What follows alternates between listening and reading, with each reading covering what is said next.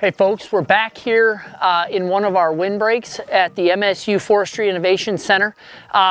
So we've showed how we produce the green logs and inoculate those logs with the mushroom spawn.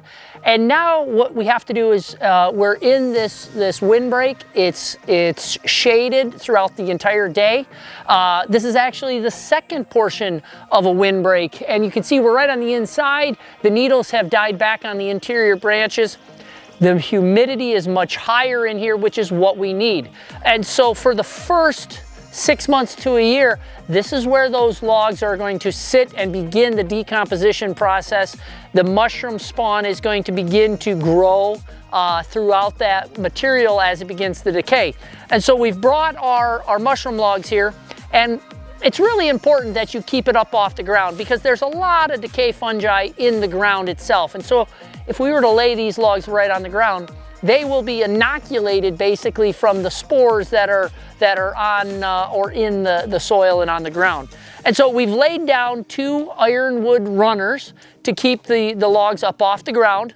And it's not a hard concept. What we're gonna do now is we're gonna stack these, and you know, we're gonna have, by the end of the day, we're gonna have a fairly big pile of logs. Now this first 6 months to a year, we're gonna have these stacked fairly close together, and I've positioned them to where I have the ability to get water to the logs. And like I said, these were cut just about a week or so ago, and we are going to stack these, and all of them will get stacked in a Lincoln log pattern.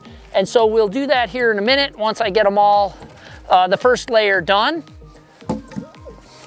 So now what we're gonna do is, and these logs are a little bit on edge, and so we have to put in kind of a stop, make sure they don't roll like that.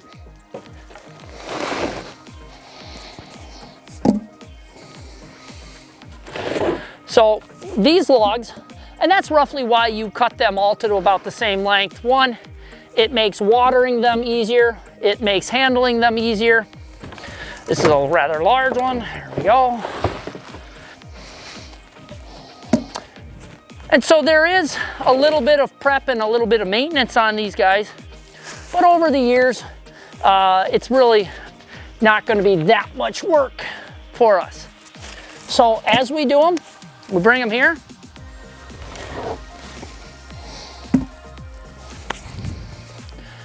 Now this is how they'll sit for about 6 months to a year, and then we'll bring you another video when we're ready to force these guys to start to fruit and grow mushrooms. We will create a TP type structure or a pole that they'll all lean up against, and then they will begin to fruit upright. And so with that, this pile is probably gonna, at the end of the day, each pile will probably be 3 to 4 feet tall, and we'll have several of them in here. And we're looking at inoculating between 60 and 70 of the poplar and 70 to 80 of the beech with the shiitake. So this pile will be oysters. The others that we will show you in the future will be shiitake mushrooms. So with that, we're excited that this project is underway. And if you have questions or comments, please let us know, and we're here to help. We will follow this video up with a very quick 2 to 4 page fact sheet brought to you by MSU Extension. So again, we're out here at the Forestry Innovation Center outside of Escanaba. If you have topics that you'd like us to cover, make sure you get a hold of us, and you can email me, and we'll put that up on the video and in the comments section. Give us suggestions on topics, and we'll be happy to shoot you a little video. Have a great day.